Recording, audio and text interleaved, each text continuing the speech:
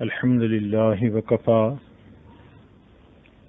وسلام على عباده الذين اصطفى أما بعد أعوذ بالله من الشيطان الرجيم بسم الله الرحمن الرحيم وقضى ربك ألا تعبدوا إلا إياه وبالوالدين إحسانا إما يبلغن عندك الكبر أحدهما أو كلاهما فلا تقل لهما أف ولا تنهرهما وقل لهما قولا كريما واخفض لهما جناح الذل من الرحمة وقل رب ارحمهما كما ربياني صغيرا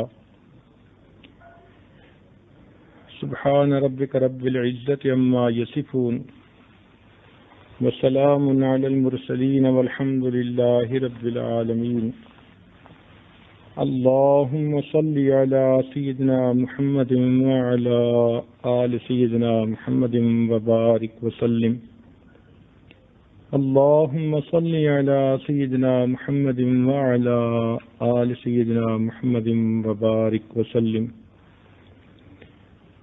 اللهم صل على سيدنا محمد وعلى آل سيدنا محمد وبارك وسلم مستورات کی اس مجلس میں آج ماں کے عنوان پر گفتگو کی جائے گی۔ ماں کا لفظ 3 حرفوں سے بنا، میم، الف اور نون۔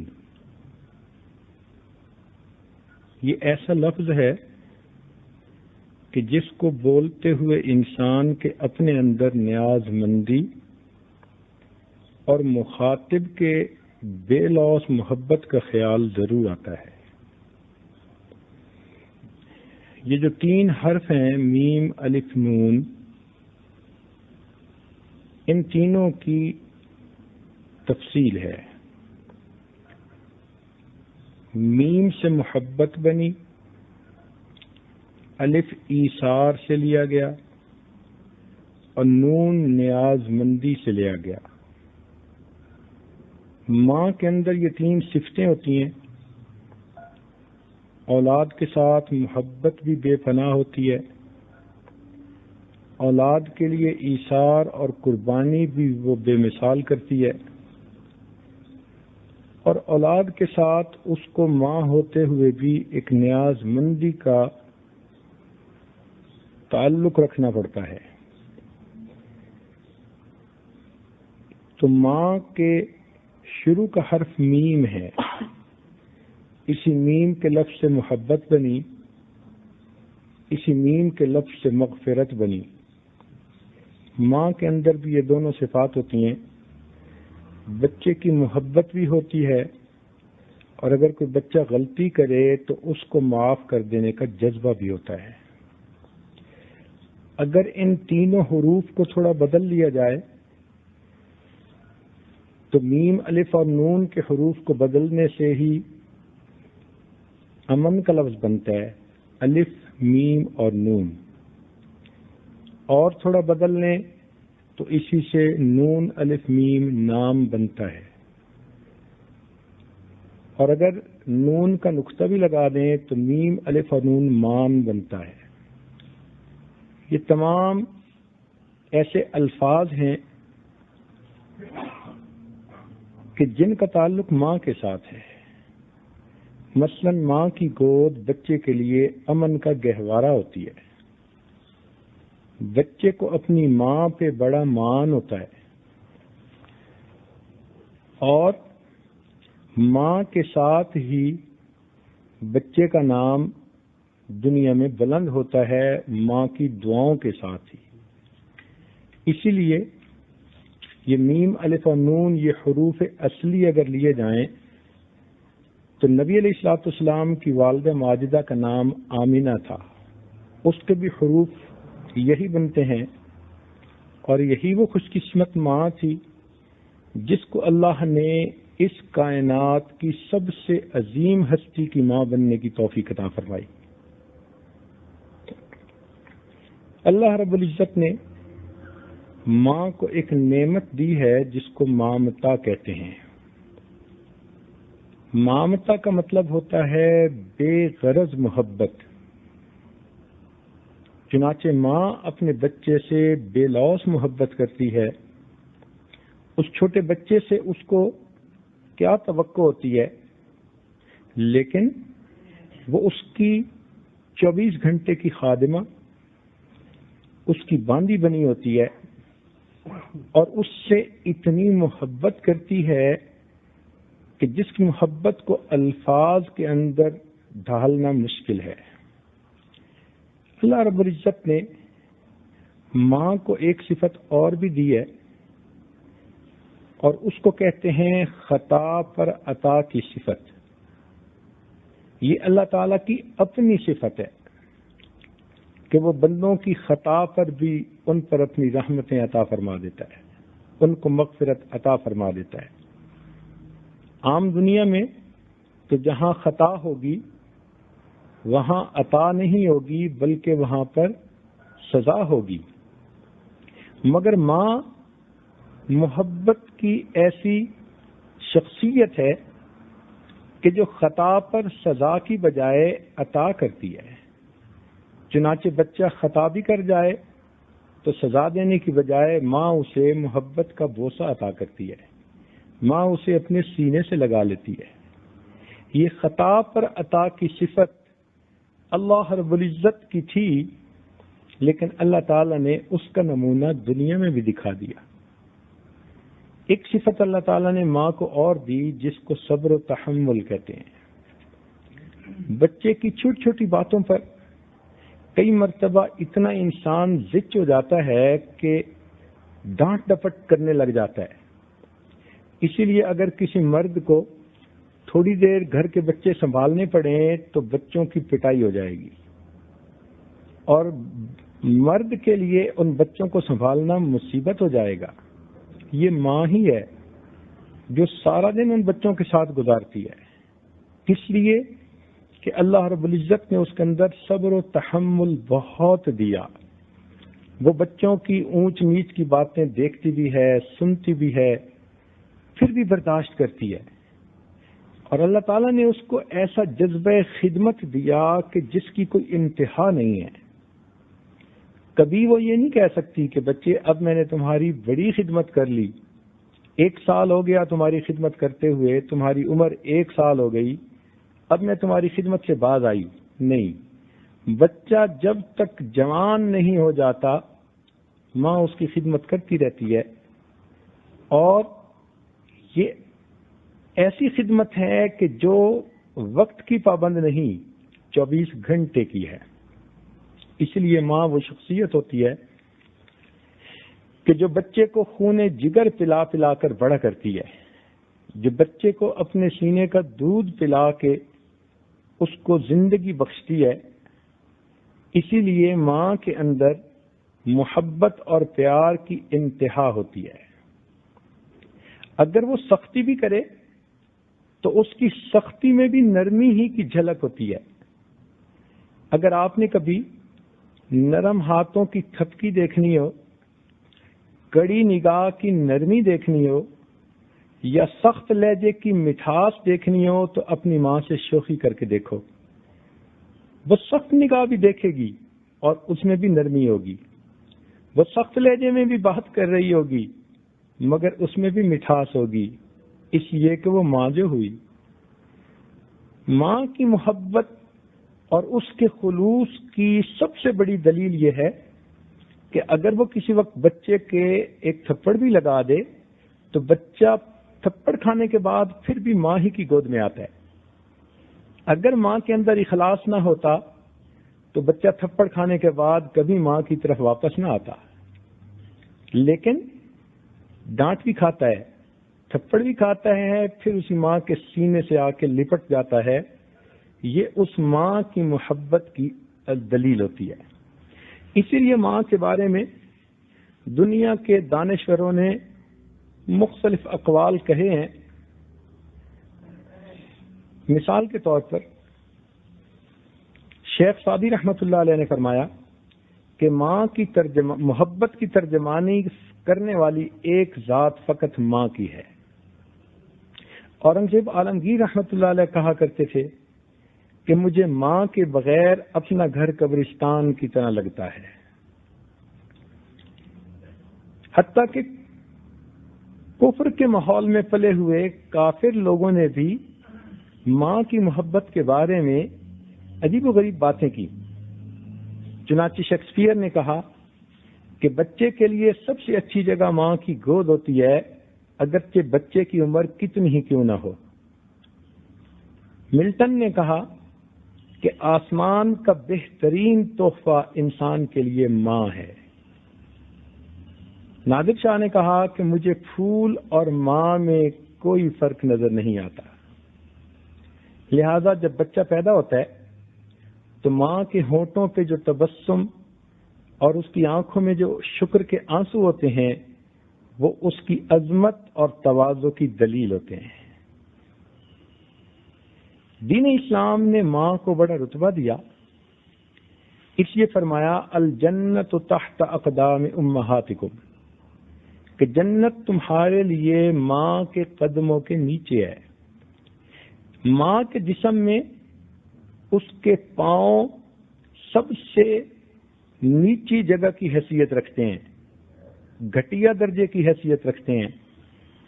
اس سے معلوم ہوتا ہے کہ اگر ماں کے جسم میں اور کوئی گھٹیا جگہ ہوتی تو اللہ تعالیٰ اس عضو کا نام لیتے، یہاں قدم کا نام لیا۔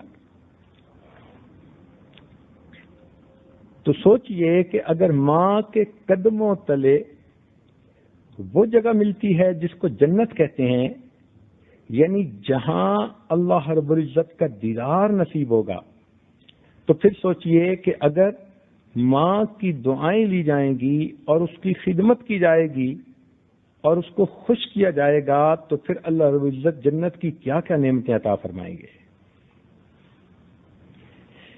اسی لیے دین اسلام نے کہا کہ اگر ماں بوڑھی ہے تو اس کی خدمت سب سے افضل عمل ہے۔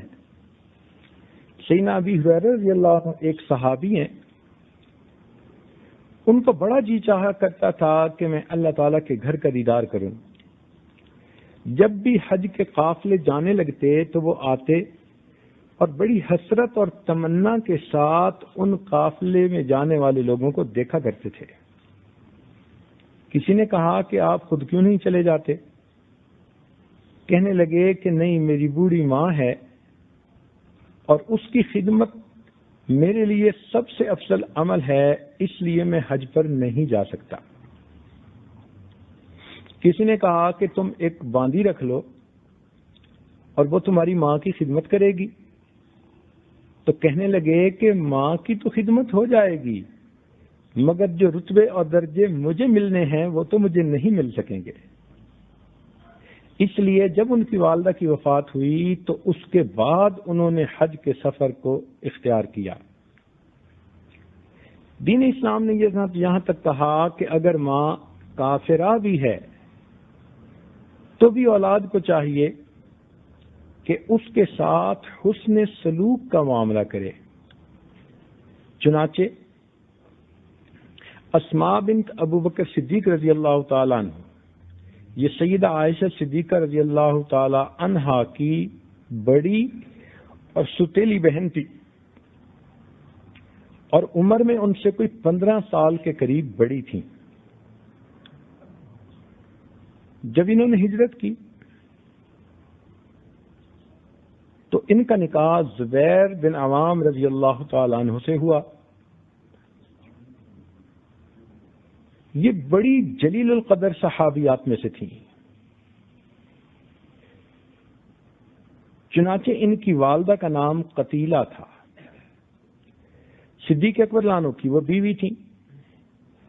جب قرآن مجید کی آیت اتری کہ مسلمان مردوں کے نکاح میں کافرہ عورت نہیں رہ سکتی تو اس وقت انہوں نے اپنی اس بیوی سے پوچھا کہ اللہ کی بندی، تو دین اسلام کو قبول کر لے مگر اس کی سمجھ میں یہ بات نہیں آتی تھی کہ میں اپنے ماں باپ کے دین کو کیسے چھوڑ دوں. اس کے دماغ میں یہ بات بیٹھی ہوئی تھی کہ میں اپنے ماں باپ کے راستے کو نہیں چھوڑوں گی. چنانچہ اس نے کہا کہ میں دین اسلام کو قبول نہیں کر سکتی، اور آپس میں اتفاق کے ساتھ ان کو طلاق ہو گئی. بہت عرصہ وہ اسی طرح الگ رہیں، مگر پھر ماں تھی. ایک دن اس کے دل میں اپنی بیٹی اسماء کا جو خیال آیا تو دل بھر آیا، آنکھوں میں آنسو مڑ آئے. دل نے چاہا میں جاؤں اپنی بیٹی سے ملاقات تو کروں. چنانچہ وہ مکہ مکرمہ سے مدینہ منورہ آئی اپنی بیٹی کو ملنے کے لیے. جب بیٹی کے گھر میں گئی تو بیٹی اپنی والدہ کو دیکھ کر حیران ہو گئی کہ محبت کے ہاتھوں مجبور ہو کر میری کافرہ ماں مجھے ملنے کے لیے یہاں بھی آ گئی. تو اس نے اپنی والدہ کو بٹھایا اور اسماء رضی اللہ تعالیٰ عنہ فوراً نبی علیہ السلام کی خدمت میں بھاگیں. کیوں جا رہی تھیں؟ یہ صحابیہ اس لیے جا رہی تھیں کہ ان کو شریعت کے حکم کا پتہ نہیں تھا کہ اگر ماں کافرہ ہو تو اس کے ساتھ کیسا سلوک کرنا چاہیے.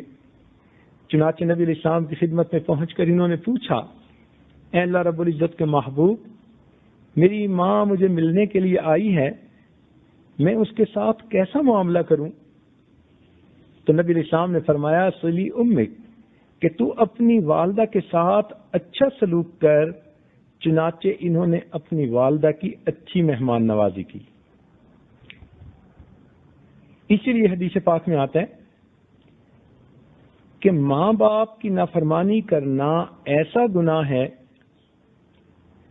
کہ اس آدمی کو آخرت میں تو عذاب ہوگا ہی صحیح، اللہ تعالیٰ اس کو دنیا میں بھی عذاب دیں گے. اب اس نافرمانی سے مراد دنیا کے کاموں میں ان کی بات نہ ماننا.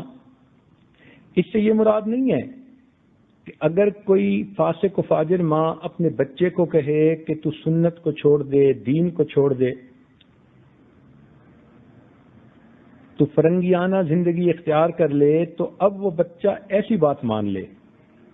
شریعت نے کہا لا طاعت المخلوق فی معصیت الخالق. اللہ تعالیٰ کی نافرمانی میں مخلوق کی کوئی فرما برداری نہیں ہوتی. تو جہاں بھی نافرمانی کا معاملہ آئے گا وہاں ہوگا اپنے نفس کی وجہ سے دنیاوی کاموں میں، معاملات میں والدہ کے ساتھ بے رخی کرنا یا والدہ کی حکم عدولی کرنا. اس پر انسان کو اللہ تعالیٰ کی طرف سے سزا ملتی ہے. بلکہ حدیث پاک میں آتا ہے کہ اگر ماں باپ کسی درجے میں بچے پر زیادتی بھی کر رہے ہوں اور سختی بھی کر رہے ہوں، پھر بھی بچے کو چاہیے کہ دنیا کے معاملے میں ان کی تابعداری کرے. ذرا غور کیجئے کہ شریعت نے ماں باپ کا کیا درجہ بتایا. وَقَضَىٰ رَبُّكَ أَلَّا تَعْبُدُوا إِلَّا إِيَّاهُ، اور حکم فرمایا تیرے رب نے کہ تم عبادت کرو صرف اللہ کی، وَبِالْوَالِدَيْنِ إِحْسَانًا، اور اپنے والدین کے ساتھ اچھا سلوک کرو. اب یہ کتنی مزے کی بات ہے کہ اللہ تعالیٰ نے جہاں اپنی عبادت کا حکم دیا وہیں اسی فکرے میں ماں باپ کی خدمت کا بھی حکم دیا. تو واو عاطفہ کے ساتھ دونوں باتوں کو ملایا. امام قرطبی رحمۃ اللہ علیہ فرماتے ہیں کہ سمجھدار آدمی اس آیت کو پڑھ کر ماں باپ کی عظمت کو سمجھ لیتا ہے کہ اللہ تعالیٰ نے جس جگہ، جس فکرے میں، آیت میں اپنی عبادت کا حکم دیا کہ کسی کی عبادت مت کرو سوائے اللہ کے، ساتھ یہ بھی کہا کہ تم خدمت کرو اپنے ماں باپ کی. اور قرآن مجید کی دوسری ایک آیت میں فرمایا انشکر لی ولیوالدیک، کہ تم میرا بھی شکر ادا کر اور اپنے والدین کا بھی۔ سبحان اللہ، اللہ رب العزت نے ایک ہی آیت میں اپنے شکر کے ساتھ والدین کے شکر کو بھی لازم ٹھہرایا۔ پھر آگے فرمایا اما یبلغن عندک الکبر احدہما او کلاہما، اگر بڑھاپے کی عمر کو پہنچ جائے ان میں سے ایک یا دونوں، فلا تقل لہما اف، تو ان کو اف بھی نہ کر۔ اف نہ کر کیا مطلب؟ کہ ایسا لفظ نہ کہے جس سے کہ ان کو ناگواری ہو۔ کوئی لفظ اپنی بات چیت میں ایسا استعمال کرنا کہ جس سے ماں باپ کا دل دکھے، شریعت نے اس کو ناجائز کہا ہے۔ اف سے مراد اس سے متعلقہ کوئی بھی لفظ ملتا جلتا جس سے اپنی ناپسندیدگی کا اظہار ہو۔ مثلا ماں نے کوئی بات کہی تو لڑکی آگے سے منہ بنا کے کہتی ہے کیا ہے؟ اب یہ جو کیا ہے منہ بنا کر کہا، یہ ناگواری کا لفظ ہے، تو یہ بھی اسی اف میں داخل ہو جائے گا۔ حضرت علی اللہ عنہ فرمایا کرتے تھے کہ اگر اس سے بھی کوئی کم درجہ ہوتا تو اللہ تعالیٰ اس سے بھی منع فرما دیتے۔ آگے فرمایا ولا تنہرہما، تم ان دونوں کو مت جھڑکو۔ جھڑکنا سے مراد ڈانٹنا۔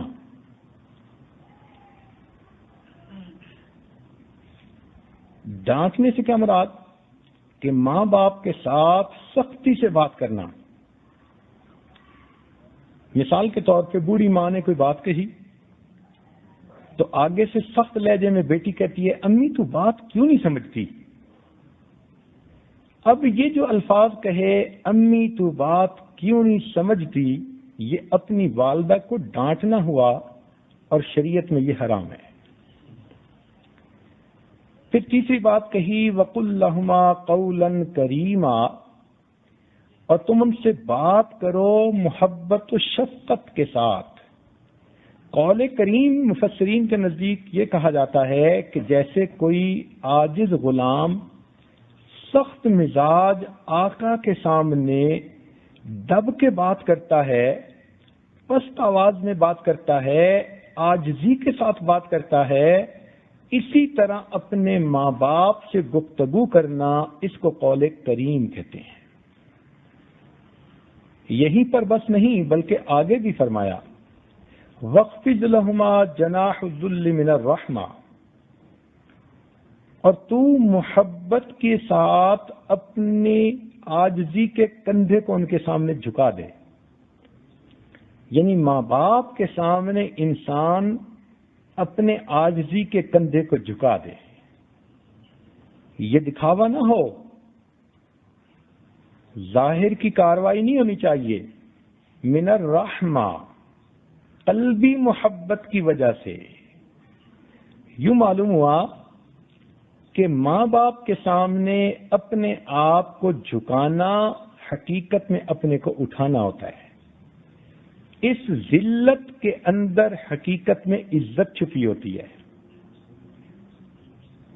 دیکھیں شیطان کو اللہ رب العزت نے فرمایا کہ آدم علیہ السلام کے سامنے جھکو، وہ نہیں جھکا تو اس کا کیا انجام ہوا؟ اسی طرح اللہ تعالیٰ نے اولاد کو فرمایا کہ تم ماں باپ کے سامنے عاجزی کے کندھے جھکاؤ، جو نہیں جھکے گا تو اس کا بھی انجام اسی کے ساتھ ہوگا۔ پھر آگے فرمایا وَقُلْ رَبِّ ارْحَمْهُمَا كَمَا رَبَّيَانِي صَغِيرًا، اور تم یوں کہو کہ اے میرے رب، ان میرے ماں باپ پر رحم فرما جس طرح انہوں نے چھوٹے ہوتے ہوئے بچپن میں میری تربیت کی، مجھ پر رحم کیا، تو اس کا مطلب یہ ہے کہ اتنا سب کچھ کر کے دعا بھی کرے کہ اے اللہ میرے ماں باپ کی مشکلات کو آسان بھی فرما۔ مفسرین نے لکھا کہ یہ جو دعا ہے نا، کو رب ارحمہما کما ربیانی صغیرا، یہ زندگی میں بھی کرنی چاہیے اور ماں باپ کی وفات کے بعد بھی اولاد کو کرنی چاہیے۔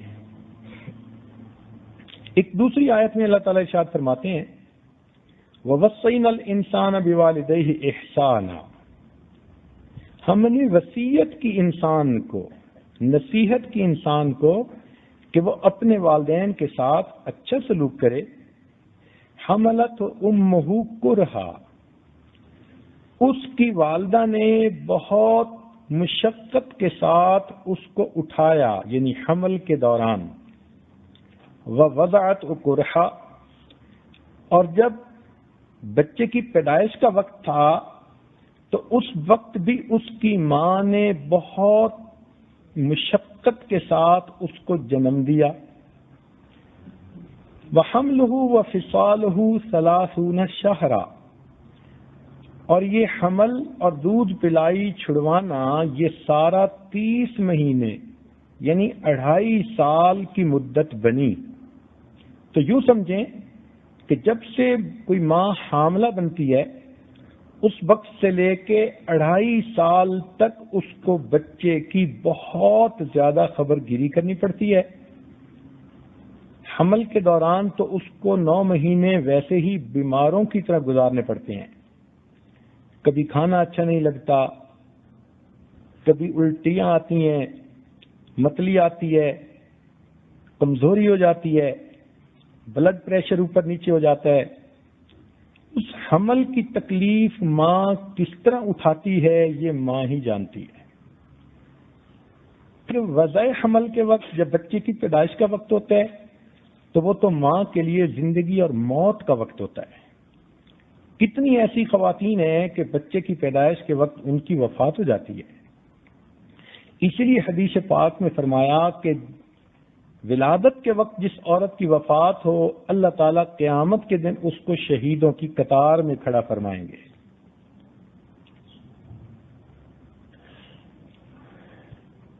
اب اس ماں نے بچے کو جنم دینے کے بعد کسی اور کے حوالے نہیں کر دیا، بلکہ دودھ بھی خود پلاتی ہے، اور یہ مدت ٹوٹل حمل سے لے کے دودھ چھڑانے تک کی 2.5 سال بنتی ہے۔ اب اس دوران ماں 24 گھنٹے کی نوکرانی بچے کے ساتھ بندھ گئی، نہ کہیں فنکشنز میں آ جا سکتی ہے، نہ کہیں الگ ہو کے رہ سکتی ہے۔ ہر وقت یا بچہ گود میں ہے، یا بچہ سینے کے ساتھ لگا ہوا ہے، یا بچہ ساتھ لیٹا ہوا ہے اور ماں اس کی حفاظت کر رہی ہے، کبھی فیڈر بنا کے دے رہی ہے، کبھی بچے کو صاف کر رہی ہے، کبھی کپڑے پہنا رہی ہے۔ نہ اس کو کھانے کی ہوش ہوتی ہے، نہ بیچاری کو پینے کی ہوش ہوتی ہے، نہ اس کو سونے کی فرصت ملتی ہے۔ چنانچہ چھوٹا بچہ تو دن اور رات کو نہیں جانتا، اس کو کیا پتا کہ اب دن ہے تو مجھے جاگنا ہے اور اب رات ہو گئی تو مجھے سونا ہے۔ وہ بچہ تو دنیا میں آیا تو اس کا تو ابھی عقل پختہ نہیں ہے، لہذا کئی مرتبہ دیکھا کہ بچہ سارا دن سوتا رہتا ہے، اور جہاں عشاء کے بعد کا وقت ہوا بچہ جاگتا ہے اور پھر چاہتا ہے کہ کوئی میرے پاس رہے، ماں میرے ساتھ باتیں کرے، مجھے گود میں لے۔ ماں بیچاری نیند سے بیزار، آنکھیں بوجھل ہیں، جسم ٹوٹا ہوا ہے، سارا دن گھر کے کام بھی کیے اور اب بچے کی خاطر اسے جاگنا پڑا۔ اس ماں کو یہ کتنی مشقت اٹھانی پڑتی ہے، اس کا کوئی دوسرا بندہ اندازہ لگا ہی نہیں سکتا۔ اس لیے شریعت نے فرمایا کہ حل جزاء الاحسان الا الاحسان، احسان کا بدلہ احسان ہی ہوتا ہے، آج جس ماں نے بچے کی اس طرح پرورش کی، مشقتیں اٹھائیں، جب یہ بوڑھی ہو جائے گی تو اب اولاد کو چاہیے کہ وہ بھی ان کے ساتھ اسی طرح محبت کا معاملہ کریں۔ ایک دوسری آیت میں فرمایا وَهْنٌ عَلَى وَهْنٍ، کہ اس ماں نے بچے کے حمل کا بوجھ اٹھایا تھک تھک کر، گھر کے کام بھی کر رہی ہوتی ہے اور حاملہ بھی ہے، تو تھکاوٹ اتنی، اور ویسے بھی حمل کی مدت کے ساتھ کمزوری بڑھتی چلی جاتی ہے۔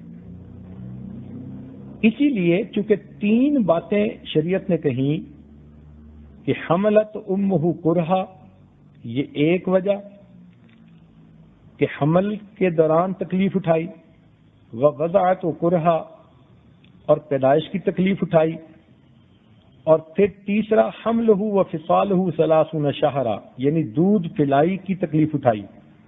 ان 3 وجوہات سے شریعت نے بچے پر ماں کے 3 حق زیادہ رکھ دیے۔ چنانچہ حدیث پاک میں آتے ہیں، ایک نوجوان آیا، اس نے کہا اے اللہ کے محبوب، ماں باپ میں سے میں کس کے ساتھ اچھا سلوک کروں؟ فرمایا ماں کے ساتھ۔ اس نے پھر پوچھا، فرمایا ماں کے ساتھ۔ اس نے پھر پوچھا، نبی السلام نے فرمایا ماں کے ساتھ۔ پھر اس نے 4تھی مرتبہ پوچھا تو فرمایا تو اپنے باپ کے ساتھ بھی اچھا سلوک کر۔ تو 3 مرتبہ جو ماں کا نام لیا، اس میں حسن یہ تھا، حکمت یہ تھی کہ شریعت نے اس کی 3 مشقتوں کا تذکرہ کیا اور اسی لیے اس کو 3 مرتبے عطا کر دی۔ شریعت نے ماں باپ کو اتنا رتبہ دیا کہ حدیث پاک میں آتا ہے کہ اگر کوئی بچہ اپنے ماں یا باپ کے چہرے پر محبت کی ایک نظر ڈالے گا، اللہ تعالیٰ اس کو ایک مقبول حج کا ثواب عطا فرمائے گا۔ صحابہ کرام نے پوچھا اے اللہ کے محبوب، اگر کوئی بار بار دیکھے؟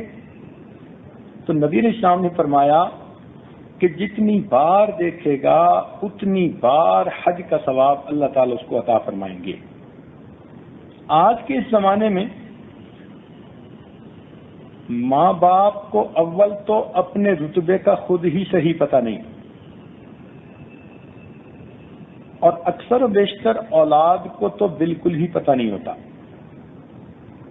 اولاد تو ماں کو بس اللہ میاں کی گائے ہی سمجھتی ہے۔ آج کل کی نوجوان بچیاں اپنے گھروں میں جس طرح ماں سے ضد کرتی ہیں، ماں کے ساتھ ڈانٹ ڈپٹ کر لیتی ہیں، اس لیے کہ ان کو اول تو دین کی تعلیم دی نہیں گئی ہوتی، اور ان کو ماں کے درجے اور رتبے کا پتہ ہی نہیں ہوتا۔ اسی لیے ان تربیتی مجالس میں اس عاجز نے سب سے پہلے ماں کے متعلق گفتگو کی، تاکہ پتہ چلے کہ عورت جب ماں ہوتی ہے تو اللہ تعالیٰ کے ہاں اس کا کیا مقام ہوتا ہے، اولاد کو بھی پتہ چلے کہ ماں کس ہستی کو کہتے ہیں۔ چنانچہ حدیث پاک میں آتا ہے کہ قرب قیامت کی علامت یہ ہے ان تلد الامۃ ربتہا، کہ ماں اپنی حاکمہ کو جنے گی، یعنی بیٹی حاکمہ بن کے رہے گی اور ماں بیچاری اس کی نوکرانی بن کر رہے گی۔ اور آج کل تو یہ دیکھنے میں آتا ہی ہے، صبح اٹھ کر بیٹی کو اسکول جانے کے لیے بننے سنورنے کی فرصت کی وجہ سے فرصت نہیں ہوتی، لہذا وہ تو آئینے کے آگے سے ہٹتی نہیں، اور ماں بیچاری اس کے لیے ناشتہ بھی بنا رہی ہے اور نکرانی کی طرح اس کے لیے دسترخوان پر یا ٹیبل پر بھی سجا رہی ہے۔ اور اگر ناشتہ بنانے میں ذرا دیر ہو جائے تو یہ بیٹی صاحبہ چائے کی پیالی پہ زور سے ہاتھ مارتی ہے اور ماں کو سخت سست کہتی ہے اور نکل جاتی ہے۔ اتنی بدتمیزی کر کے یہ نکل گئی، اور ماں کی حالت دیکھو کہ وہ بیچاری بیٹھی کڑ رہی ہوتی ہے کہ میری بیٹی بھوکی سکول چلی گئی۔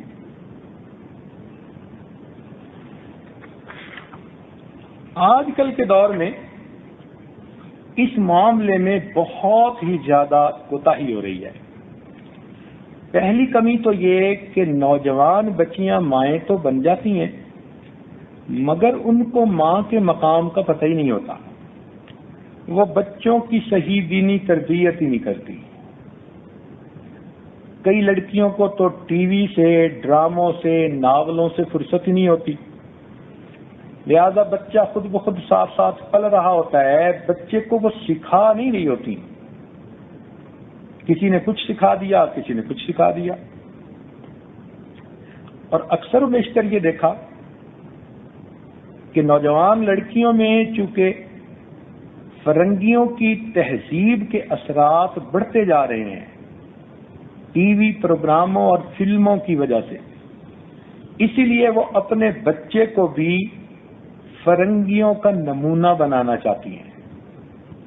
بچہ اللہ نے دیا، یہ دکانوں پہ جائیں گی تو پینٹ اور شرٹ خرید کے لائیں گی تاکہ اچھا خاصا نصرانی نظر آئے.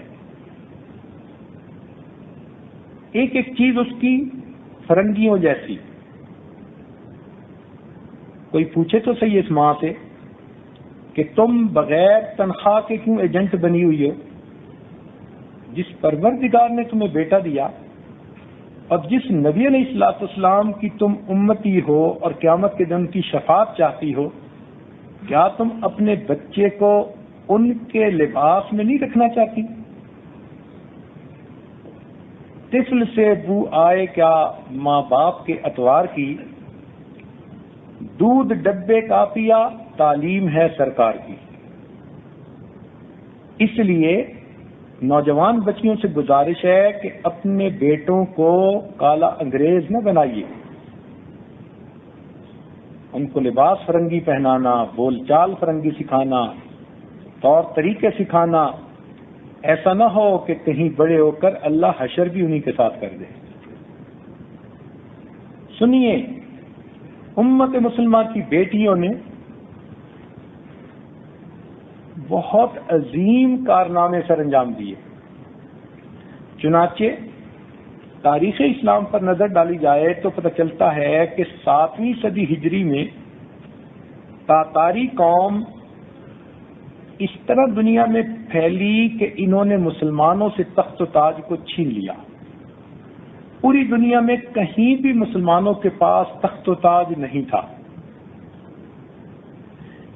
اور انہوں نے لاکھوں مسلمانوں کو ذبح کیا اور لاکھوں نوجوان مسلمان لڑکیوں کو اپنے گھروں میں بیوی اور باندی بنا لیا.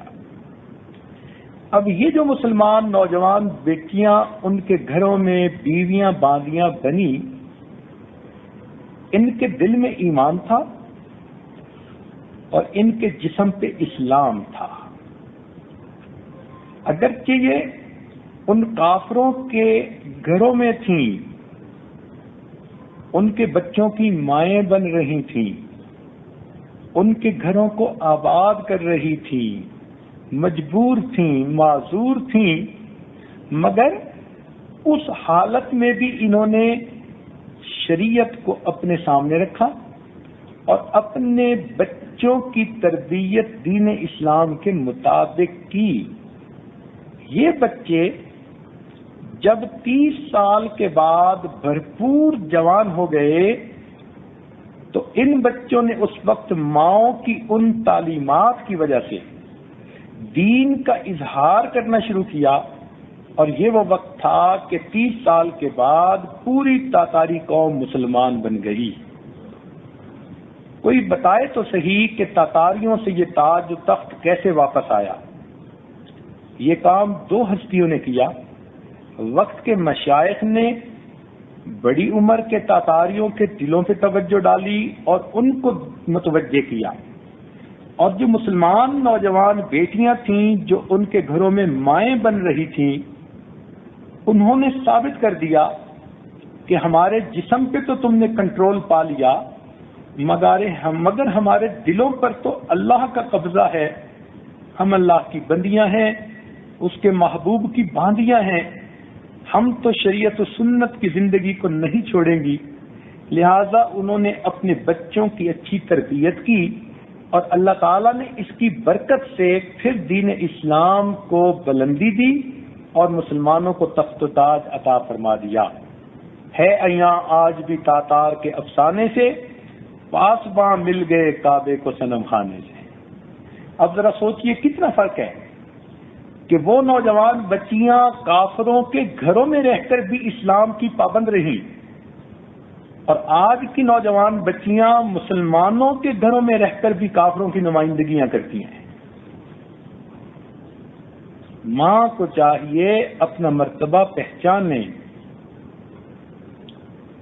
یاد رکھیں ماں کے آنسو دنیا کی سب سے زیادہ طاقتور چیز ہوتی ہیں۔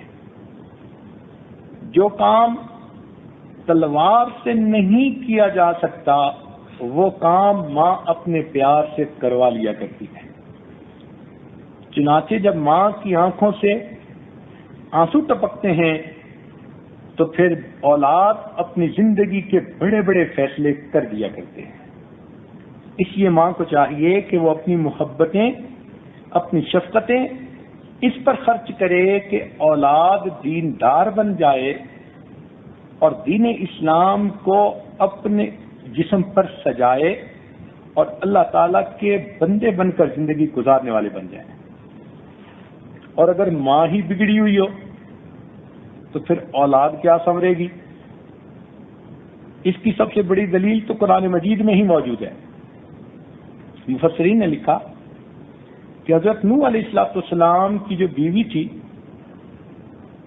اگرچہ کردار کی ٹھیک تھی، اچھی تھی، مگر سوچ میں حضرت نوح علیہ السلام سے اس کو اختلاف تھا۔ وہ بھی کہتی تھی کہ یہاں ساری ریت ہے تو کیسے سیلاب آئے گا؟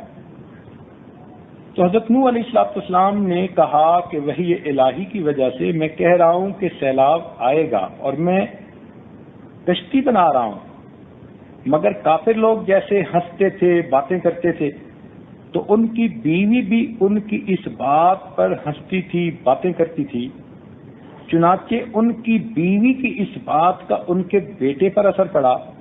نتیجہ یہ ہوا کہ جب سیلاب آیا تو بیٹا کھڑا ہے اور وقت کے پیغمبر اسلام اسے کہتے ہیں یا بنی ارکب معنا، اے بیٹے ہمارے ساتھ کشتی میں سوار ہو جا، مگر وہ بیٹا کہتا ہے کہ نہیں، میں پہاڑ کی چوٹی پہ چلا جاؤں گا، یعصمنی من الماء۔ ابھی بیٹے نے یہ بات کی، وحال بینہم الموج فکان من المغرقین، ایک لہر اٹھی اور بیٹا باپ کی آنکھوں کے سامنے غرق ہو گیا۔ سوچئے وقت کے نبی علیہ السلام کی تمنا ہے کہ بیٹا میرے پاس آ جائے، لیکن بیٹا نہیں آتا، اس لیے کہ بیٹا اپنی ماں کے زیر اثر تھا۔ تو اگر ماں ذہنی مطابقت نہ رکھتی ہو تو اولاد کبھی بھی نیک نہیں بن سکتی۔ اسی لیے شریعت نے کہا کہ تم اپنے گھروں میں نیک بیویاں لاؤ۔ اور یہ نوجوان آج یہی غلطیاں کرتے ہیں کہ شادی کے وقت تو حور پری ڈھونڈتے پھرتے ہیں، ماڈل ڈھونڈتے پھرتے ہیں، اس کے اندر انسانیت نام کی کوئی چیز نہیں ڈھونڈتے۔ نتیجہ یہ ہوتا ہے کہ جب وہ گھر میں آ جاتی ہے نہ ماں باپ کے ساتھ اچھے تعلق رکھنے دیتی ہے اور خود اس کو بھی ٹگنی کا ناچ نچاتی ہے۔ یہ بات طے شدہ ہے کہ بچے باپ کی نسبت بھی ماں کا اثر زیادہ قبول کرتے ہیں۔ چنانچہ اس کی دلیل حدیث پاک سے ملتی ہے۔ ایک صحابیہ تھیں ام سلیم رضی اللہ تعالی عنہ، ان کی شادی ہوئی تھی تو ان کے خاوند کا نام تھا مالک۔ ان کو اللہ تعالیٰ نے ایک بیٹا دیا جس کا نام انہوں نے انس رکھا۔ چنانچہ ایک مرتبہ یہ مالک ان کے خاوند تجارتی سفر پر گئے ہوئے تھے کہ پیچھے ام سلیم رضی اللہ تعالیٰ عنہ نبی علیہ السلام کے درس میں آئیں تو انہوں نے ایمان کی اہمیت کو سمجھا اور کلمہ پڑھ کر ایمان کو قبول کر لیا۔ جب خامد واپس آیا تو میاں بیوی ایک چارپائی پر بیٹھے ہیں، آپس میں باتیں کر رہے ہیں، تو باتوں باتوں میں بیوی میں تذکرہ کیا کہ میں نے تو کلمہ پڑھا اور میں مسلمان بن گئی۔ یہ سنتے ہی خامد ناراض ہونے لگا، تجھے کیا ضرورت تھی ایسی جلد بازی کی، تو نے میرے بغیر یہ کیسے فیصلہ کر لیا؟ انہوں نے آگے سے جواب دیا کہ مجھے ڈر ہوا کہ ایسا نہ ہو کہ کفر کی حالت میں میری موت آ جائے، لہذا میں نے کلمہ پڑھنے میں جلدی کر لی۔ خامد نے ناراض ہو کے کہا کہ ٹھیک ہے تم نے پڑھ لیا، بہرحال میں نے ابھی کلمہ پڑھنے کا ارادہ نہیں کیا، میں نہیں پڑھوں گا۔ ابھی میاں بیوی میں یہ تکرار ہو ہی رہی تھی کہ چھوٹا ننا انس وہ اپنے ماں باپ کے قریب آیا۔ بیٹے کو دیکھ کر باپ نے اس سے کہا کہ بیٹے، تمہاری ماں نے تو کلمہ پڑھ لیا، لیکن نہ میں پڑھوں گا نہ تم پڑھنا۔ جب خامد نے یہ کہا تو اب ام سلیم جلانہ نے بیٹے کو متوجہ کیا اور کہنے لگی میرے بیٹے، میں نے بھی کلمہ پڑھ لیا ہے، اور میرے بیٹے تو بھی کلمہ پڑھ لے۔ ماں نے اتنی محبت، پیار، شفقت سے بات کہی کہ حدیث پاک میں آتا ہے ننھے انس نے ایک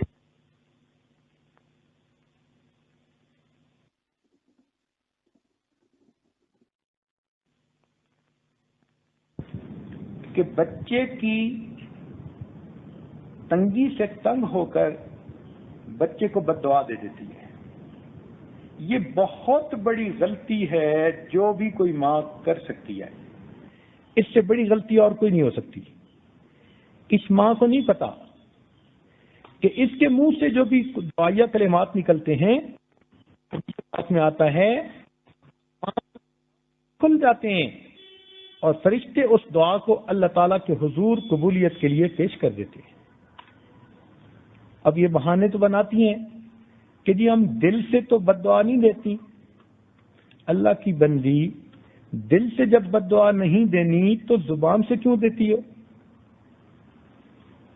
اس لیے صبر تحمل سے کام لیتے ہوئے جتنی بھی تنگ ہوں، جتنی بھی پریشان ہوں، بچہ بدتمیزی کر رہا ہے، بچہ بے وقوفی کر رہا ہے، نادانی کر رہا ہے، جہالت کر رہا ہے، بچہ آپ کی قدر نہیں پہچان رہا، آپ کو تنگ کر رہا ہے، مگر ہے تو آپ ہی کا بیٹا، آپ ہی کا خون ہے، آپ ہی کے جسم میں وہ پلا ہے۔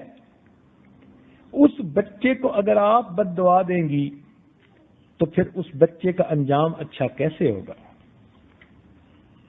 اس لیے کبھی بھی بچے کو بد دعا نہیں دینی چاہیے، بلکہ تنگ ہو کے بھی دعا ہی دینی چاہیے کہ اللہ اس کو نیک بنا دے، اچھا کر دے، اس کو سمجھ عطا کر دے۔ تو ماں کو چاہیے کہ وہ اپنے بچے کی اچھی تربیت کر کے اپنے بچوں کو نبی علیہ السلام کا غلام بنا دے۔ کل قیامت کے دن محبوب کی شفاعت ملے گی اور اس عورت کو ملکہ بنا کر جنت میں داخل کر دیا جائے گا۔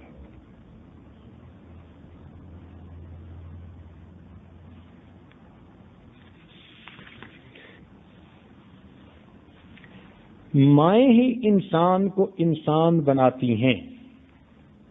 شریعت کی نظر میں مائیں انسان بنانے کی فیکٹریاں ہوتی ہیں۔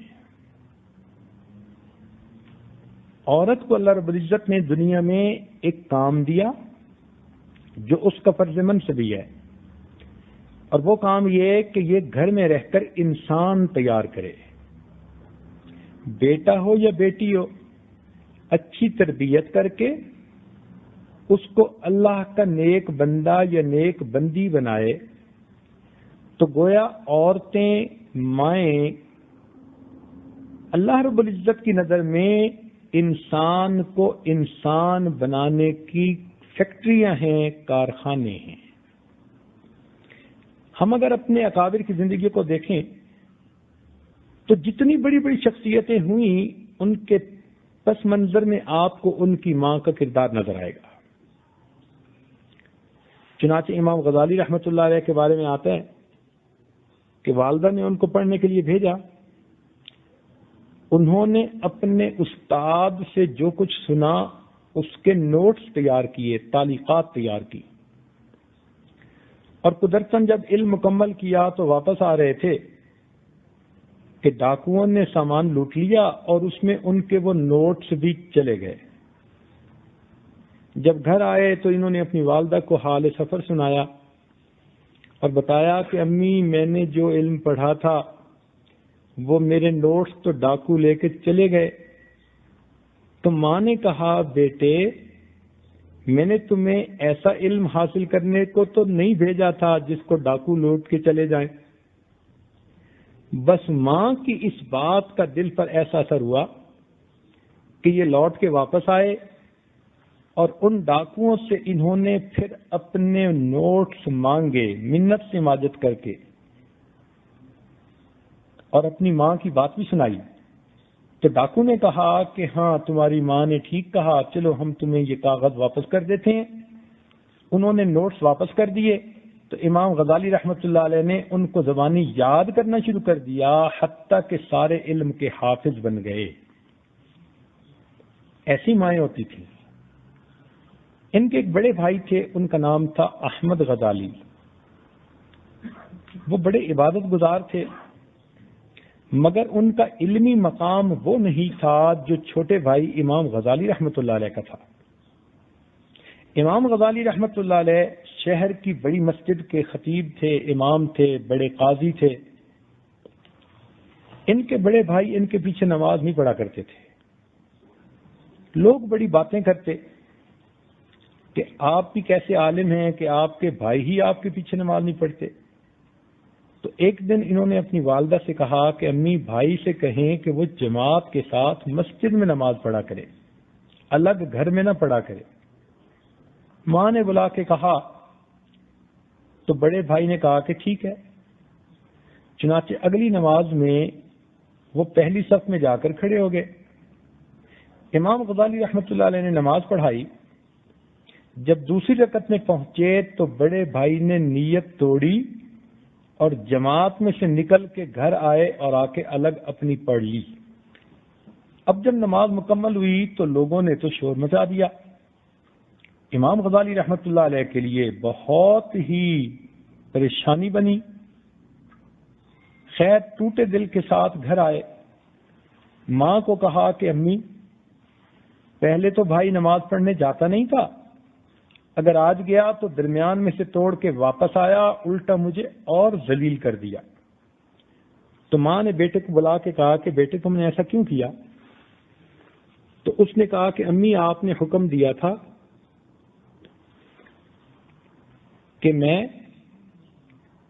اس کے پیچھے نماز پڑھوں، جب تک یہ نماز پڑھتے رہے میں پیچھے رہا، جب یہ نماز میں نہیں تھا تو میں پیچھے کیوں کھڑا ہوتا؟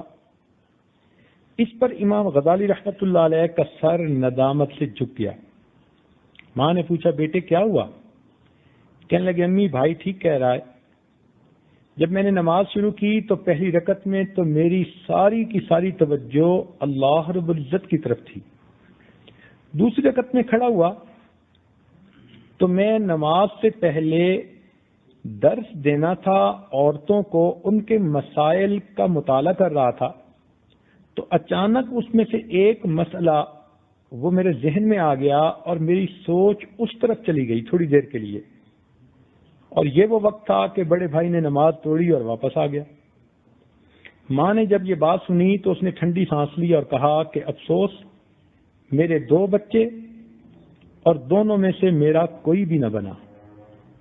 جب ماں نے یہ کہا نا کہ میرے 2 بچے اور دونوں میں سے میرا کوئی بھی نہ بنا، تو اس پر دونوں بچے حیران ہوئے اور انہوں نے پوچھا کہ امی آپ کیسے کہہ رہی ہیں کہ دونوں میں سے آپ کا کوئی نہ بنا؟ تو ماں نے کہا کہ بیٹے اس طرح کہ اگلا نماز پڑھانے کھڑا تھا اور نماز کے دوران حیض و نفاس کے مسائل سوچ رہا تھا، اور پچھلا بھی نماز میں کھڑا تھا اور نماز کی حالت میں اپنے بھائی کے قلب میں کشف کی نظر ڈال کے دیکھ رہا تھا۔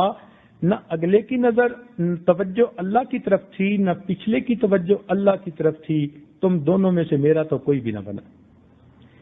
وہ بڑے بڑے تصوف کے مسائل جو وقت کے شیوخ حل کیا کرتے تھے، اس وقت کی مائیں ان مسائل کو اپنے بچوں کو یوں سمجھا دیا کرتی تھی. شیخ عبد القادر جیلانی رحمۃ اللہ علیہ کی والدہ نے ان کو نصیحت کی تھی کہ سچ بولنا. اور پھر آپ نے واقعہ پڑھ ہی لیا ہوگا یا سنا ہوگا کہ انہوں نے سچ بولا اور اللہ تعالیٰ نے ڈاکوؤں کو اس کی وجہ سے توبہ تائب ہونے کی توفیق عطا فرمائی.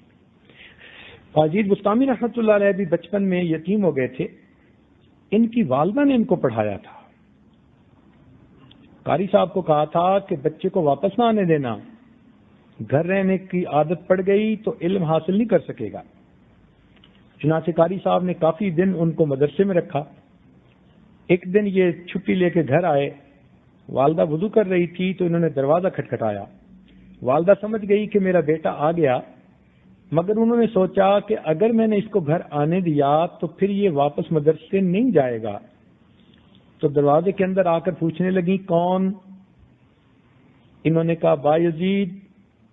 تو ماں کہنے لگی کہ ایک میرا بھی با یزید ہے، میں نے اسے اللہ کے دین کے لیے وقف کر دیا اور وہ تم مدرسے میں ہے، تم کون با یزید ہو جو میرا دروازہ کھٹکھٹا رہے ہو؟ ماں کی یہ بات سن کر بچہ سمجھ گیا کہ ماں کیا چاہتی ہے. چنانچہ لوٹ کے مدرسے واپس آئے اور پورا علم حاصل کیا. جب وہاں سے نکلے تو با یزید بستامی بن چکے تھے. خواجہ منیر اجمیری رحمۃ اللہ علیہ بنگال کا سفر کیا. 7 لاکھ ہندو مسلمان ہوئے ان کے ہاتھ پر اور 70 لاکھ مسلمانوں نے توبہ کی، بیعت توبہ کی. گھر آ کر اپنی ماں سے خوش ہو کر کہا کہ امی مجھے اللہ تعالیٰ نے یہ سعادت عطا فرمائی. ماں نے کہا بیٹا یہ تمہارا کمال نہیں، یہ میرا کمال ہے. امی صحیح کہا مگر اس کی تفصیل بھی بتا دیں. تو ماں نے کہا تفصیل یہ ہے بیٹے کہ جب تم چھوٹے بچے تھے میں نے تمہیں کبھی بھی بے وضو دودھ نہیں پلایا. یہ اس کی برکت ہے، اللہ تعالیٰ نے تمہارے ہاتھوں پر لاکھوں انسانوں کو کلمہ پڑھنے کی توفیق عطا فرمائی.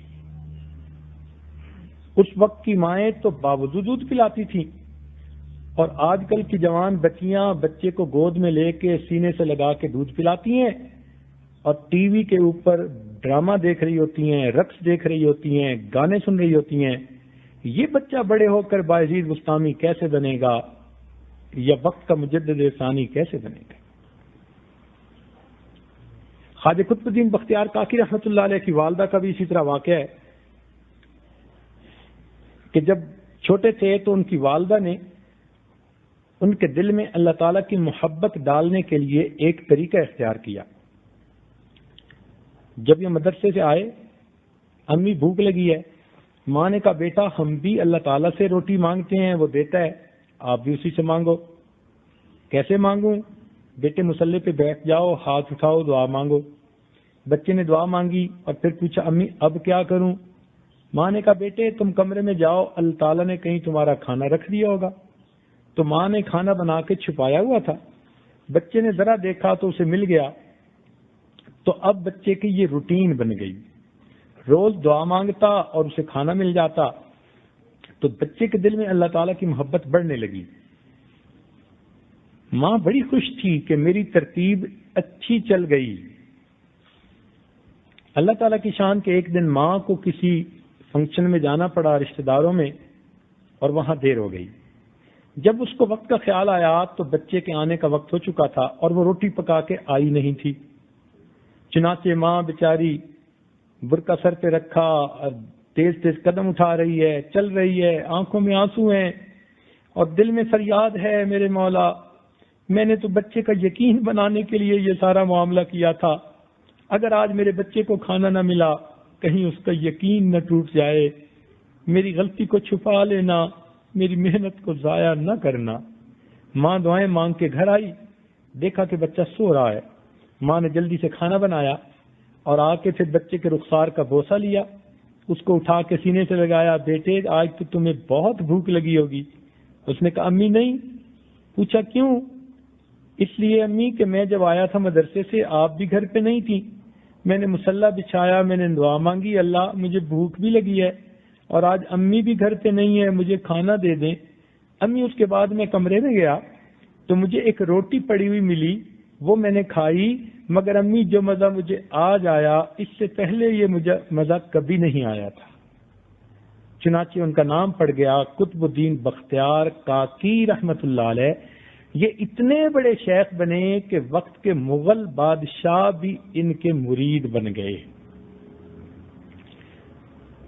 تو دیکھیے مائیں کیسی تھیں جو انسانوں کو انسان بناتی تھیں، جن کی برکتوں سے بچے وقت کے اولیاء بنتے تھے. ایسی ماں کے لیے پھر شریعت نے حقوق بنائے ہیں. چنانچہ فقہا نے لکھا ہے کہ ماں کے حقوق میں سے ایک یہ ہے کہ بچے قولاً فعلاً یعنی زبانی بھی اور عملی طور پر ماں کی تعظیم کریں. دوسرا حق ماں کا یہ ہے کہ شرعی امور میں ماں کی اطاعت کریں، حتیٰ کہ اگر ماں بوڑھی ہے تو نفلی کام چھوڑ کر اپنی ماں کی خدمت کو ترجیح دیں. تیسرا حق یہ ہے کہ ماں کو دکھ نہ پہنچائیں اگرچہ اس کی طرف سے کچھ زیادتی بھی ہو جائے. چوتھا یہ کہ ماں اگر کافرہ بھی ہو تو بھی اس کی ضرورت کا خیال رکھیں اور جان و مال سے اس کی خدمت اور مدد کریں. پانچواں حق یہ ہے کہ ماں کے ذمے اگر کوئی قرض ہو تو اولاد کو چاہیے کہ وہ خود ادا کرے. چھٹا حق یہ ہے کہ ماں سے جو ملنے والی ہیں مثلا ماں کی بہنیں، ماں کی رشتہ دار، ماں کی سہیلیاں، ان کے ساتھ بھی اسی طرح ادب سے پیش آئے جس طرح کہ ماں کے ساتھ ادب سے پیش آتا ہے. ساتواں حق یہ ہے کہ ماں کے انتقال کے بعد اس کے لیے دعائے مغفرت کرے، نفلی صدقات یا عبادات کے ذریعے اپنی ماں کو ثواب پہنچاتا رہے، مغفرت کی دعا کرتا رہے. یہ ماں کے حقوق ہیں. کس لیے کہ اس ماں نے انسان کو انسان بنایا. تو ماں کی محبت کی وجہ سے شریعت نے دیکھو کتنا بڑا رتبہ دیا. اب اگر آپ کفر کے ماحول میں چلے جائیں تو آپ کو تو وہاں یہ نعمت نظر ہی نہیں آ سکتی. چنانچہ ایک ملک کی ریاست میں ماں نے جوان بیٹے پر مقدمہ کیا جو اخباروں کی زینت بنا اور ٹی وی پر بھی نشر ہوا. ماں نے کہا کہ میرا خامند فوت ہو گیا اور میں جوان بیٹے کے ساتھ گھر میں رہتی ہوں. میرا یہ بیٹا کتا پالتا ہے اور روزانہ 3 گھنٹے اس کتے کے ساتھ یہ گزارتا ہے، اور میں ماں ہوں، یہ میرے کمرے میں 5 منٹ کے لیے نہیں آتا کہ میں اس کا چہرہ دیکھ لوں.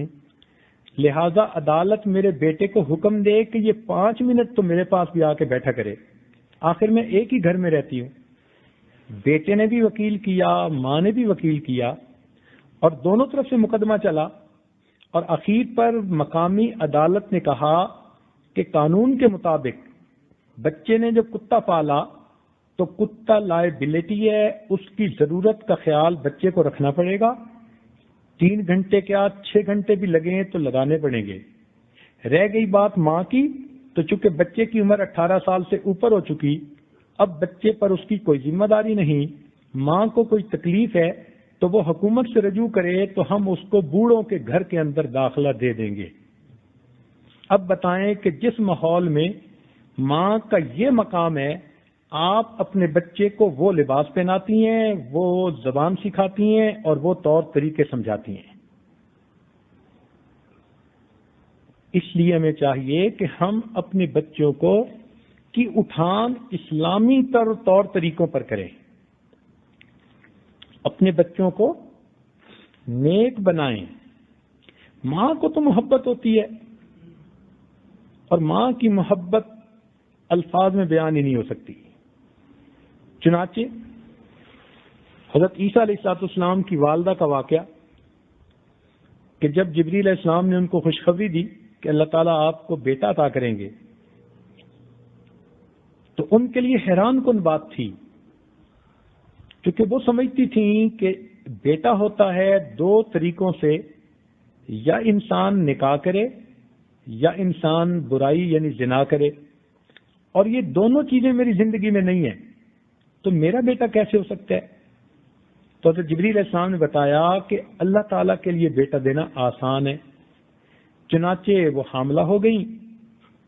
اب ان کو اپنے ماں باپ کی بدنامی کا ڈر،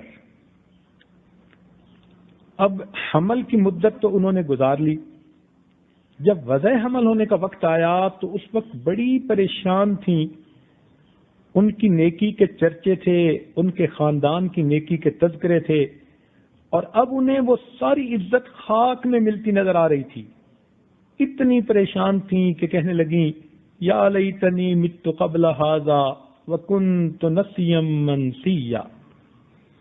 وقت کی کمی کی وجہ سے میں اس پورے واقعے کو تفصیل سے نہیں بیان کر سکتا، بس اتنا بتا دیتا ہوں کہ جب وہ بیٹا ہوا تو اللہ رب العزت نے ان کو اطلاع دے دی کہ تم نے نہیں بولنا، اگر تم سے کوئی پوچھے بھی تو بچے کی طرف اشارہ کر دینا ہے۔ فَأَتَتْ بِهِ قَوْمَهَا تَحْمِلُ، چنانچہ وہ اپنے بچے کو لے کے جب اپنے گھر کی طرف واپس آئیں اور لوگوں نے دیکھا کہ کنواری جوان لڑکی تھی اور یہ بچہ اٹھائے ہوئے آ رہی ہے، قالوا یا مریم لقد جئت شیئا فریا، کہنے لگے کہ اے مریم تو یہ کیا طوفان چیز لے کے آ گئی، یہ تو ثبوت ہے کہ تم برائی کی مرتکب ہوئی۔ فاشارت الیہ، بی بی مریم نے بچے کی طرف اشارہ کر دیا اور زبان حال سے ان کو کہہ دیا کہ میرا سر نہ کھاؤ، اسی بچے سے پوچھو،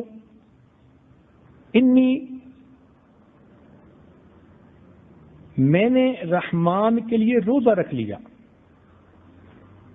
لہذا جب انہوں نے بچے کی طرف اشارہ کیا، اب بچے بولتے تو نہیں ہیں، مگر ماں کی عظمت دیکھیے کہ اللہ رب العزت اس ماں کے دل کے غم کو دور کرنے کے لیے اور پاک دامن ماں کے اوپر سے اس الزام کو اتارنے کے لیے عام روٹین سے ہٹ کر یہ معاملہ کرتے ہیں کہ اس بچے کو بلواتے ہیں کہ اے بچے، اگرچہ بچے بچپن میں بولا نہیں کرتے مگر تیری ماں کی پاک دامنی کا معاملہ ہے، الزام لگ رہا ہے، لہذا تجھے بولنا ہوگا۔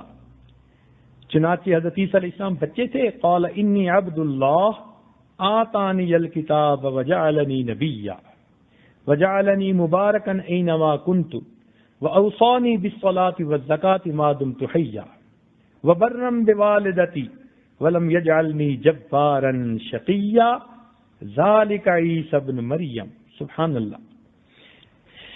تو اللہ رب العزت کے ہاں ماں کا بڑا مقام ہے، چنانچہ ماں کی محبت کے بارے میں ایک واقعہ آج اس پہلے بھی سنا چکا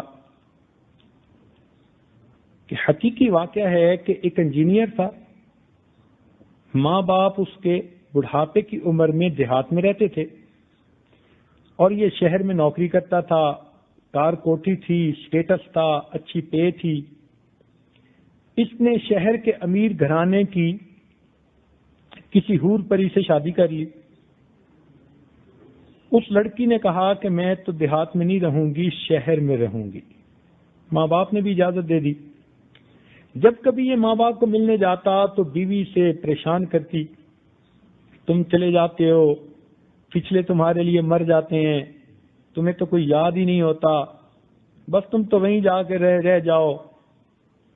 اس قسم کی جلی کٹی باتیں کرتی، بچہ پریشان ہوتا۔ اسی دوران اس کو سعودی عرب جانے کا موقع ملا تو ماں باپ سے اس نے اجازت مانگی۔ انہوں نے کہا بیٹے تم اپنا مستقبل اچھا بنانے کے لیے چلے جاؤ، ہمارا اللہ مالک ہے، کبھی کبھی تم خط لکھتے رہنا، آتے رہنا۔ اس نے وعدے وعید تو سارے کر لیے، لیکن جب سعودی عرب گیا تو وہاں کی نعمتوں والی زندگی میں جا کے مشغول ہو گیا۔ وقتاً فوقتاً کبھی ماں باپ کو پیسے بھیج دیتا، مگر 13 سال واپس گھر نہیں آیا۔ ہر سال حج کرتا، طبیعت میں نیکی تھی۔ ایک دن یہ حرم شریف میں کھڑا رو رہا تھا، کسی نے دیکھا تو پوچھا بھئی کیوں رو رہے؟ کہنے لگا کہ میں جب بھی حج کرتا ہوں میں خواب میں دیکھتا ہوں کوئی کہنے والا کہتا ہے تمہارا حج قبول نہیں ہے۔ وہ بھی اللہ والے تھے، پہچان گئے، ذرا حالات پوچھے تو انہوں نے فگر آؤٹ کر لیا کہ اس نے ماں باپ کے حقوق میں کوتاہی کی، لہذا اس کو چاہیے کہ ان سے معافی مانگے۔ جب انہوں نے احساس دلایا تو بچے کو بھی خیال ہوا، چنانچہ یہ واپس آیا اور تیاری کی اور واپس وطن آنے لگا تو بیوی نے آئیں بائیں شائیں کرنی شروع کر دی. تو اس نے شیر کی نظر دیکھی اور کہا کہ تمہاری وجہ سے اتنا عرصہ میں اس حق تلفی کا مرتکب ہوا، خبردار اب اگر تم نے بات کی تو میں تمہیں الگ کر دوں گا. اب جب اس نے دیکھا بیوی نے کہ بہت سیریس نظر آتا ہے، یہ بھیگی بلی بن کے ایک کونے میں بیٹھ گئی. بچہ گھر آیا، جب اپنی بستی میں پہنچا اب اس کے دل میں خیال آ رہا تھا کہ پتہ نہیں 13 سال سے میرا کوئی رابطہ نہیں، فون اس زمانے میں دیہاتوں میں ہوتے نہیں تھے، اور خط کبھی کبھی شروع میں لکھے تھے، بعد میں خط کا بھی سلسلہ نہ رہا، کہ پتہ نہیں میرے ماں باپ کس حال میں ہے. ایک 10-12 سال کے بچے سے اس نے پوچھا کہ فلاں بوڑھے بڑھیا کا کیا حال؟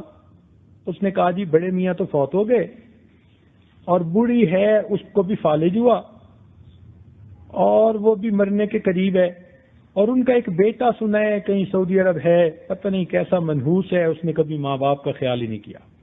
اس بچے کو کیا پتا وہ اسی آدمی سے بات کر رہا ہے. اب اس کے دل کو اور تکلیف ہوئی.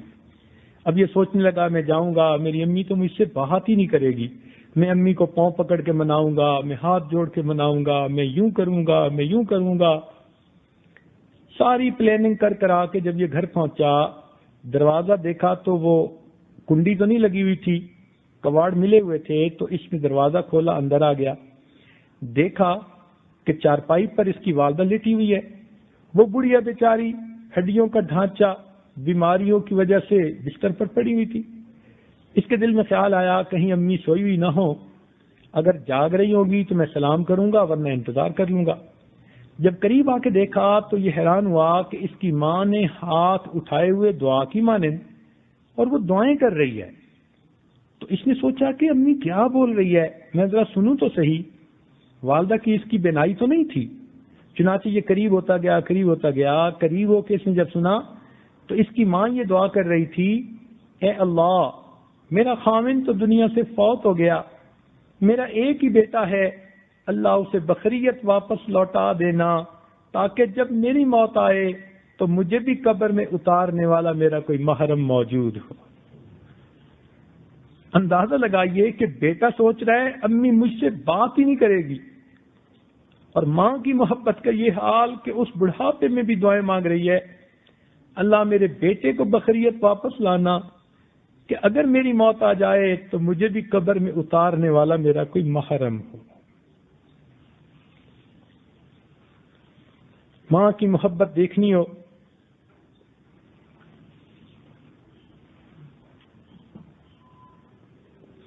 تو سیدہ ہاجرہ صابرہ کی زندگی کو دیکھیے. سیدنا ابراہیم علیہ السلام ان کو اور ان کے بیٹے اسماعیل علیہ السلام کو بواد غیر ذی زرع، ایسی وادی جس میں کہ کوئی سبزہ نام و نشان تک کا نہیں تھا، وہاں چھوڑتے ہیں. ایک مشک پانی کی اور چند خشک روٹیاں ہیں اور پھر واپس آنے لگتے ہیں. تو وہ پوچھتی ہیں کہ آپ ہمیں کیوں چھوڑ کے جا رہے ہیں؟ خاموش. پھر پوچھتی ہیں کیوں چھوڑ کے جا رہے ہیں؟ خاموش. آخر نبی علیہ السلام کی صحبت یافتہ تھیں، محرم راز تھیں، پہچان گئیں. تیسری مرتبہ سوال کرتی ہیں کیا آپ ہمیں اللہ تعالیٰ کے حکم سے چھوڑ کے جا رہے ہیں؟ تو انہوں نے فرمایا اشارے میں ہاں میں اللہ کے حکم سے چھوڑ کے جا رہا ہوں. تو ہاجرہ صابرہ آگے سے کہتی ہے کہ اچھا پھر اللہ تعالیٰ ہمیں ضائع نہیں کریں گے.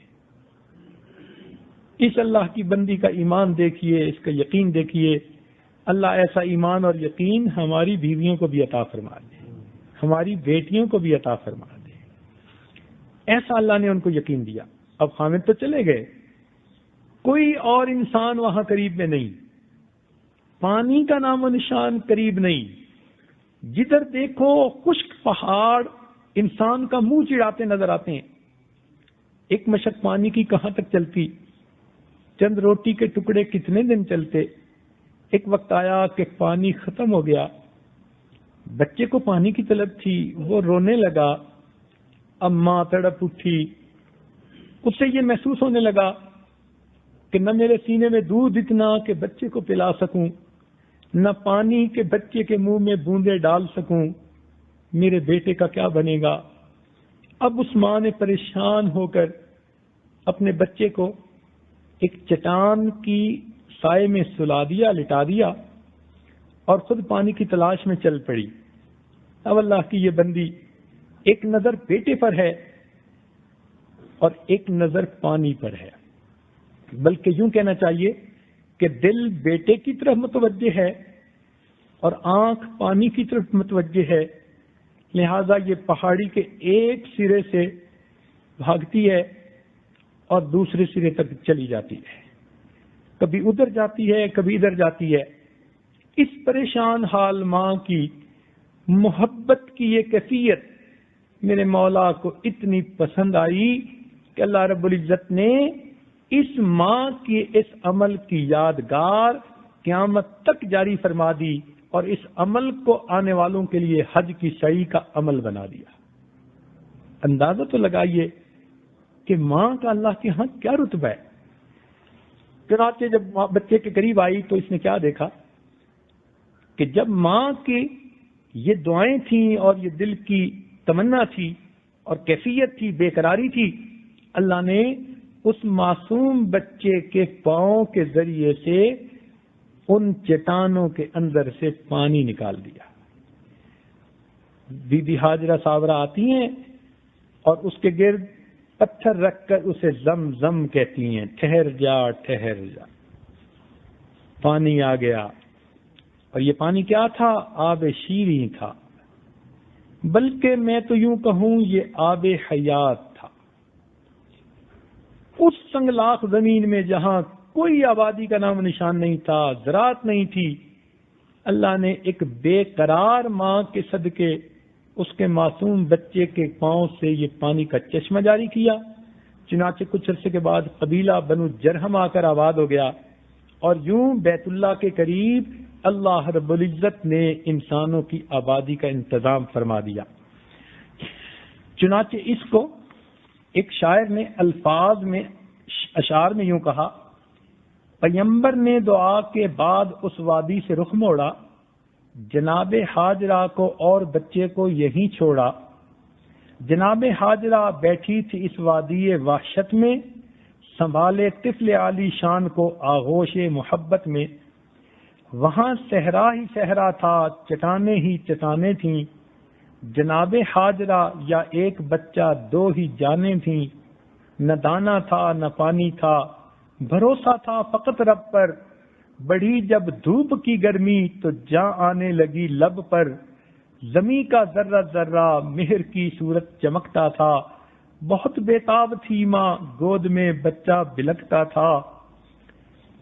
آتش سے کرب و بے چینی جو دیکھی اپنے جائے میں، لٹایا خاک پر بچے کو ایک پتھر کے سائے میں۔ صفا مروا پہ ہر سو وہ تلاشے آب میں دوڑی، بلند و پست پر فکرے میں نایاب میں دوڑی۔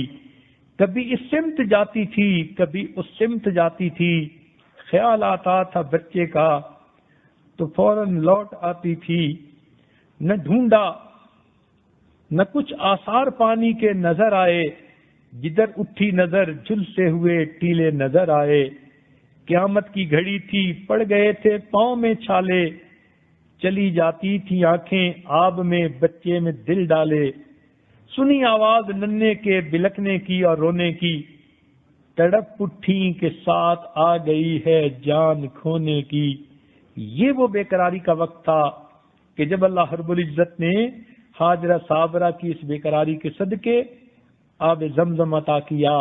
آج پوری دنیا کے مسلمان اس پانی سے برکتیں بھی حاصل کرتے ہیں، اس کو پیتے ہیں۔ نبی اسلام نے فرمایا جس نیت سے پیا جائے اللہ تعالیٰ اس بندے کی دعا کو قبول فرما لیتے ہیں۔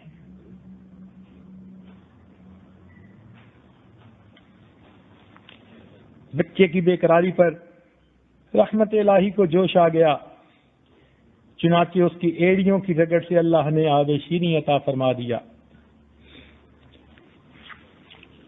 جو بچے یا بچیاں یا جو عورتیں اپنی زندگی میں اپنی ماں کی خدمت نہیں کر سکیں، حدیث پاک میں آتا ہے کہ ان کو چاہیے کہ ان کی وفات کے بعد ان کے لیے ایصال ثواب کریں اور ان کی جو رشتہ دار عورتیں تھیں، خالہ تھی یا سہیلیاں تھیں، ان کے ساتھ اچھا سلوک رکھیں تو اللہ تعالیٰ اس کمی کو پورا فرما دیں گے۔ بہرحال جنہوں نے خدمت نہ کی اور ان کی والدہ چلی گئی، یہ ایک ایسی حسرت ہے جو کبھی بھی پوری نہیں ہو سکتی۔ اس لیے علامہ اقبال نے اپنی والدہ کی یاد میں کہا، کس کو اب ہوگا وطن میں آہ میرا انتظار، کون میرا خط نہ آنے پر رہے گا بے قرار، خاک مرکز پر تیری لے کر یہ فریاد آؤں گا، اب دعائے نیم شب میں کس کو میں یاد آؤں گا، عمر بھر تیری محبت میری خدمت گر رہی، میں تیری خدمت کے قابل جب ہوا تو چل بسی، آسماں تیری لحد پر شبنم افشانی کرے، سبزۂ نو رستہ اس گھر کی نگہبانی کرے۔ چنانچہ ہمیں چاہیے کہ اپنی ماں کی خدمت کر کے ہم ان کی دعائیں لیں۔ ماں کی دعا اللہ کے ہاں بڑا درجہ رکھتی ہے۔ ایک واقعہ سنا کر یہ عاجز اپنی بات کو مکمل کرتا ہے، ذرا توجہ کے ساتھ سنیے۔ ایک سپاہی تھا فوج کا جس کا نام تھا سبکتگین۔ گھر میں بہت تنگی تھی۔ اس کے پاس ایک گھوڑا تھا جس پر سوار ہو کر کبھی کبھی یہ شکار کھیلنے چلا جاتا تھا۔ مل جاتا شکار تو گھر میں کچھ کھانا پینا ہو جاتا، نہ ملتا تو گھر میں فاقہ آتا۔ ایک مرتبہ یہ شکار کی نیت سے جا رہا تھا کہ اس نے ایک ہرنی کو دیکھا جس کے ساتھ چھوٹا سا بچہ تھا۔ اس نے اپنا گھوڑا اس کے پیچھے جو بھگایا تو ہرنی تو بھاگ گئی مگر چھوٹا بچہ نہ بھاگ سکا، تو اس نے اس بچے کو پکڑ لیا۔ جب ماں نے دیکھا کہ میرے بچے کو اس آدمی نے پکڑ لیا تو بھاگتی ہوئی ہرنی پھر واپس آ گئی اور ان کے قریب آ کر اس نے اپنی بے قراری کا اظہار کرنا شروع کر دیا۔ آسمان کی طرف منہ اٹھاتی تھی اور آواز درد بھری نکالتی تھی۔ یہ رحم دل انسان تھا، یہ سمجھ گیا یہ ماں ہے، بے قرار ہے، میرا بیٹا اس شکاری کے ہاتھ میں چلا گیا۔ چنانچہ اس نے اس کی بے قراری کو دیکھتے ہوئے اس کے بچے کو چھوڑ دیا، تو وہ ماں اپنے بچے کو لے کر چلی گئی۔ واپس آیا، رات کو سویا تو خواب میں اس کو نبی علیہ الصلوۃ والسلام کا دیدار ہوا۔ نبی علیہ السلام نے ارشاد فرمایا کہ تو نے ایک ماں کی بے قراری کو دیکھ کر اس پر رحم کھایا، یہ تیرا عمل اللہ کو اتنا پسند آیا کہ اللہ تعالیٰ تجھے دنیا کا تاج عطا فرمائیں گے، اور تو نے اس کا بیٹا واپس کیا، اس کے بدلے اللہ تعالیٰ تجھے بھی بیٹا عطا فرمائیں گے۔ چنانچہ اس کے ہاں بیٹا ہوا جس کا نام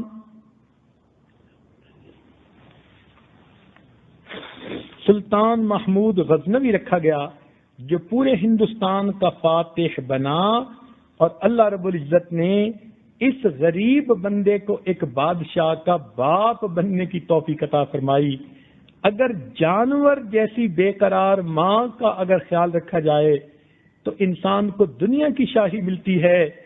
نوجوان بچے اور بچیاں یہ بات کان کھول کر سن لیں، اگر یہ اپنی ماں کی بے قراری کے دوران اس کے ساتھ محبت کا معاملہ کریں گے، اللہ تعالیٰ انہیں دین اور دنیا کی بادشاہی عطا فرمائیں گے۔ اللہ تعالیٰ ہماری کوتاہیوں سے درگزر فرمائے اور ہمیں نیکوکاری پرہیزگاری کی زندگی نصیب فرمائے۔ ایک ولی کے بارے میں آتا ہے کہ ان کی والدہ کی وفات ہوئی تو اللہ تعالیٰ نے الہام فرمایا، اے میرے پیارے، جس کی دعائیں تیری حفاظت کرتی تھیں وہ ہستی دنیا سے چلی گئی ہے، اب ذرا تم سنبھل کے قدم اٹھانا۔ خوش نصیب ہیں وہ لوگ جن کے والدین زندہ ہیں، وہ خدمت کر کے اللہ کے ہاں اپنا مرتبہ بڑھا لے، اور جن کے والدین فوت ہو گئے رمضان مبارک کے اس مہینے میں ان کی طرف سے وہ صدقات کریں، خیرات کریں اور ان کے لیے دعائیں کریں۔ اللہ رب العزت ان کے آگے درجات کو بلند فرمائے اور ہمیں اس شریعت کے مسئلے میں صحیح سمجھ نصیب فرمائے۔ وآخر دعوانا ان الحمد للہ رب العالمین. تھوڑی دیر کے لیے مراقبہ کر لیجئے تاکہ پھر دعا کر سکے. آنکھوں کو بند کر لیجئے، سر کو جھکا لیجئے. دنیا اور جو کچھ دنیا میں ہے اس سے ہٹ کٹ کے اللہ تعالیٰ کی یاد میں ڈوب جائیے. انسان جب اپنے اندر جھانکتا ہے اسے اپنی اصل تصویر نظر آتی ہے. اپنے من کے دریچے کو کھولیے، اپنی اصل تصویر کو دیکھیے.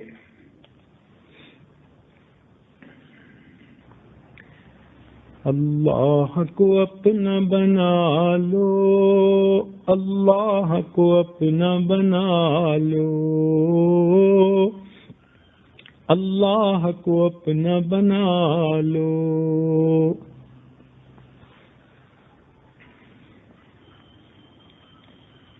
اب سب رشتوں کو چھوڑو، اللہ سے رشتہ جوڑو. اب سب رشتوں کو چھوڑو، اللہ سے رشتہ جوڑو. ہر غیر سے اب ہٹ کٹ کے اللہ سے لو لگا لو.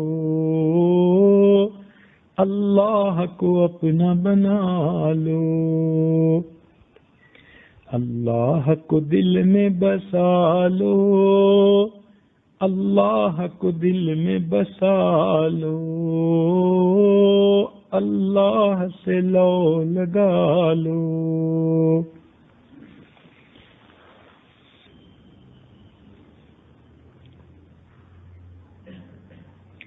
لا الہ الا اللہ محمد رسول اللہ. دعا کیجیے. سبحان ربی العلی وہاب اللہم صلی علی سیدنا محمد وعلی آل سیدنا محمد وبارک وسلم. اے مالک، ہم آپ کے عاجز مسکین بندے ہیں، ہمارے گناہوں کو معاف فرما، ہماری خطاؤں سے درگزر فرما، ہمارے عیبوں کی پردہ پوشی فرما. اللہ، ماں باپ کے معاملے میں جو ہم سے کوتاہیاں ہوئیں، پروردگار عالم ہماری غلطیوں کو معاف فرما. اللہ، جن کے والدین دنیا سے گزر گئے اب وہ ان کی خدمت تو کر نہیں سکتے. اللہ، اب احساس ہوا کہ ہم نے کتنی بڑی کوتاہی کی. اللہ، میری غلطی کو بھی معاف فرما دیجئے اور ہماری طرف سے ہمارے والدین کو بہترین اجر اور بدلہ عطا فرما دیجئے. ان کے درجات کو بلند فرما دیجئے. اللہ، ان کو اپنا قرب عطا فرمائیے، ان کو جنت کے اعلیٰ مقامات عطا فرما دیجئے. اے اللہ، جن کے والدین زندہ ہیں ان کو اپنے ماں باپ کا مقام پہچاننے کی توفیق عطا فرمائیے. اور جتنے جوان بچے اور بچیوں نے اپنے والدین کی حق تلفی کی، بدتمیزی ان کے ساتھ کی، کوتاہی کی، اللہ ان کے قصوروں کو بھی معاف فرما دیجئے. اے اللہ، آج اس بات کا احساس ہوا کہ ہم اتنے بڑے گناہ کے مرتکب ہوتے رہے. اللہ، ہمارے گناہ کو معاف فرما دیجئے. اور جو ماں باپ زندہ ہیں اللہ، ان کو اپنے بچوں کو معاف کرنے کی توفیق عطا فرما دیجئے. اے اللہ، ہماری ان دعاؤں کو اپنی رحمت سے قبول فرما. ربنا تقبل منا انك انت السميع العليم وتب علينا انك انت التواب الرحيم. صلی اللہ تعالی علی حبیبہ سیدنا محمد وآلہ واصحابہ اجمعین برحمتک یا